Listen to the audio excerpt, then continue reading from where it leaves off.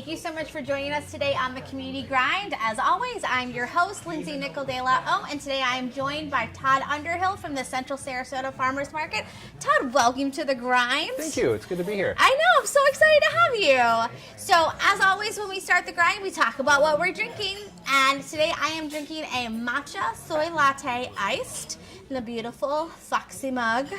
Todd, what are you drinking today? A nice, robust Ethiopian bean, just black coffee. I know, right? I love the Ethiopian just black. Yeah. I mean, I drink a lot of things creamy too, but I like it black too. Oh. So Todd, as I shared, you're from the Central Sarasota Farmers Market. So tell me a little bit about this farmers market. When people think farmers market, they're like, oh, the downtown farmers market. And that's really frustrating when you're kind of from southern Sarasota and you know that you have this gem. So tell me a little bit about what you guys do. Sure. Well, this is our January marked our fourth year of being around. We got started because being from a farm background, I was trying to get into the downtown farmers market, and it proved very difficult to get into it. So decided with a couple of other people, well, we'll just have to start our own farmers market, and that's how Central Sarasota Farmers Market got its start. And we've really kind of tried to develop that niche as being a small neighborhood market that for anybody's welcome to come to, but a market that's ideal for people getting their start both as vendors or that want to get their start, have a been to farmers market. We're easy to access, parking's easy. A lot of people, and our focus is on consumable items. So meaning that, we want people to come for their produce, for their honey, for a cup of coffee, for bread. We want items that we've tried to focus on items that people are going to want to come back week and week again for to replenish. But we have craft vendors and clothing vendors and all sorts of other things as well. But our core has been to focus on the consumable items so that we can be a place that people can come shop, and we go from October until May. We have in the past gone all year round, but it gets a little difficult and hot in the summer. It does, I agree. So let's talk about the centralness of Sarasota. You guys are located at the Florida House Institute, which is on Beneva and Proctor. For people who are here local to the area, you might know that, but for those of you who are maybe just visiting and watching the video or maybe coming to Sarasota, that is really smack dab more towards the south of Sarasota versus the downtown market. And you're right, it is accessible. Traffic is easy, It's easy to park. You have that wonderful resource of the Florida House there. You have the gardens. So tell me, you guys have been around for 4 years. You're going on your fourth year. Saturdays, 8 to 1. Saturdays, 8 to 1, of course. Rain or shine. Tell me, what are some of the vendors that you're always looking to bring into the market beyond consumables? I mean, obviously, we would love to have lots of more food truck options, and that's just been something that Sarasota's really been expanding into. But tell me some of the other things that you'd love to have at the market. What kind of vendors are you looking for now?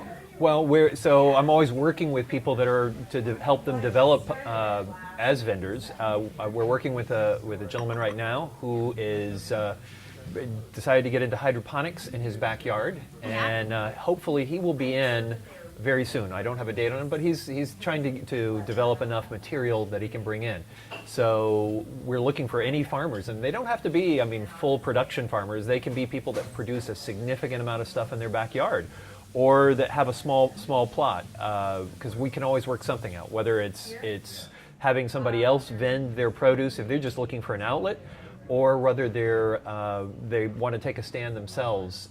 We'll help develop that. So farmers, first and foremost, we would like to have more of those, but also the value added, people that do cottage industry things, because there's a whole niche there that maybe you haven't thought about. If you're thinking about getting in a farmer's market as a vendor, you can do things in your home and don't have to necessarily have a commercial kitchen. There's a whole Florida cottage industry rule that would allow you to do baked goods and certain types of things, canned goods, that you could sell.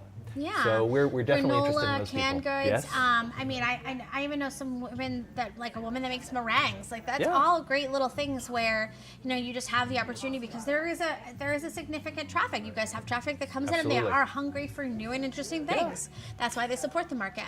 So tell me about some of the produce we have here at the table. Sure. So let me start with some of our local stuff. This is a pomelo. Pomelo is one of the ancestral 4 citrus fruits that they developed the grapefruit from by crossbreeding.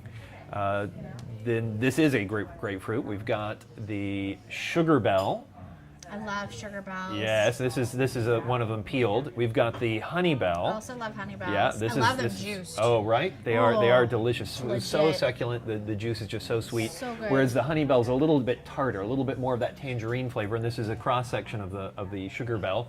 So a lot of the citrus is it's all Florida. Some of it is in fact coming out of Sarasota, out of groves here. I've also got tangerines. These are the Tango tangerine. These are also local. At the market, I'll have Meyer lemons, which is a wonderful Florida nice. lemon, very juicy. Then we've got tomatoes as well. So, and people, don't like a lot of the tomatoes they get in the supermarkets or restaurants, and that's understandable. These tomatoes are right now coming out of Florida. I buy them from wherever I can get them as close by, and that depends on the time of year where they're coming from. I was getting them from Ruskin just a matter of weeks ago. Now Ruskin's done, and they're coming out of Naples. But this was a field-ripened tomato, which that makes a difference, not put in a container and gassed. Well, and also it does make a huge difference, and I don't think people realize that we have 2 tomato seasons here in Florida. So like you have 2 different harvest seasons here where you get tomatoes almost year-round, and it's stupid to be buying them from like other parts of this country when you can be buying them fresh right here, and they do taste 100 times better. My tiny Groot baby, the toddler, she loves tomatoes. She just eats tomatoes like they're she'll spit out meat and be like, "Oh, I'll take that tomato, thank you." Of course, there are windows that we can't get them local, but you're right. Most of the year we can get them pretty close, and I try and get them from as close by as possible. As it kind of moves in this wave up the state where they're harvesting as the weeks progress. Well, and I also love it. I don't think people get. I mean, everyone knows Florida for strawberries, but I think the purple carrots, yellow carrots. I mean, the carrot harvesting in Florida is so on point. I don't think people really take it. Like you just go and you buy carrots, and they're just like these are just orange carrots. But I love yellow and purple carrots. They're my favorite carrots to eat. Indeed. These are not actually local. I would love to have local ones, and if anybody's got them, I'd be perfectly willing to buy them from them, and hope to have some later in the season. These are coming out of California. Okay. But still, nonetheless, yes. There are more than orange carrots in the world. People. Absolutely. There are purple carrots, like purple potatoes. They're amazing. Okay, so we've talked a lot about the market. Let's jump into our next section, and let's talk a little bit about Sarasota. Sarasota is like this foodie mecca. I mean, we have more restaurants than there are days in the year. You could go to a different restaurant every day of the year here in Sarasota, and you would still not have gone to all of them. So tell me, where's some of your favorite places to eat? Sure. I mean, I tend to try and frequent places that are local, chef-oriented, like indigenous. Yep. Even like Gecko's, which is kind of like a local neighborhood restaurant, micro chain, but based here. They live local and they buy from local farmers. Lila downtown. When I go to Tampa, I like Burns. They awesome steaks, but they also grow a lot of their produce, and they're buying local as well as much as they can. So I like the restaurants that try and patronize the local farmers as much as possible.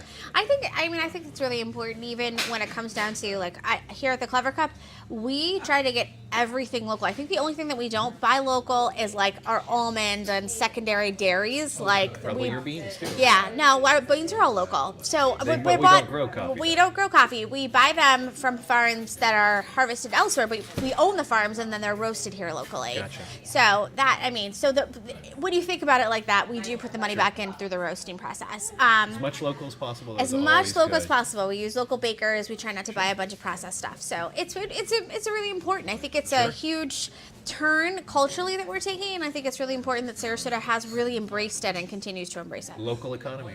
Absolutely. Farmers markets and local stores and locally owned stores. They pair hand in hand. So kind of tying into that, let's think a little bit about what your local only location is. What is the place that's like your secret gem here in Sarasota that you just are like, this is my jam. I love it here. Well, there's probably a number of them, but I mean, farmers markets are always good, but I'll say, like for seafood, I like Captain Brian's. I think it's like a small localish kind of, really good fresh fish. It's up by the airport, and that's not like big and glitzy. It's pretty bare bones, but always good fish. I love that. When we lived in St. Pete, one of my favorite local places that was not like super glitzy, but was just delish and hidden was this burger place called El Cap, and like the burgers were like heroin in heaven together. I mean, it was just like, I've never eaten a burger this good in my life. So I just love those little gems. Okay, so let's head into our speed round, which is my favorite segment of the show. Should I be worried? Yes. Oh. Be very, very worried. Okay, so the idea is that we're going to answer these as quick as possible. Off the top of your head, there's not much thinking. What type of milk do you put on your cereal? I don't really eat a lot of cereal. Boo. Judgment. Did you ever believe in Santa Claus? Absolutely. More judgment passed. Okay. Are you implying I don't currently? Is it wrong? Is it wrong for a vegetarian to eat animal crackers? I'll say no. See, I think there's lots of moral implications if a vegetarian is going to eat meat that way. Better substitute, I suppose. That's true. That's true. What's the most embarrassing store you might have been seen shopping at? McDonald's. Oh, hashtag Been a while, burn. That would be embarrassing. Oh yeah. Oh yeah. Can you define the word zeitgeist? Sure, it's the ghost of the times. It typically means just what's the spirit of the era that you live in. Hashtag nailed it. Okay, Super Mario Brothers or Zelda? Mario. Oh, nobody chooses Zelda. Why? Why? Okay. Which animal adds more joy to the world? Squirrels or llamas? Oh, llamas. Oh, see? Love llamas. So does Carl. Just saying. Okay. Using an Elmo voice, tell me how you like your coffee. An ABBA voice? Isn't it? Elmo. Oh, Elmo. ABBA? Oh. I think we're dating Todd a little. Elmo. Elmo. Well, Elmo likes his coffee. He likes it black. That's all for today. That's all for today here on the Community Grind. And remember, if you like us on Facebook, please hit the follow button and scroll down to see first. You also, just if you like this video, choose to subscribe or give us a little heart love and some post-commenty things like, ha, nailed it, or, oh, tickle me delicious. That's all for today.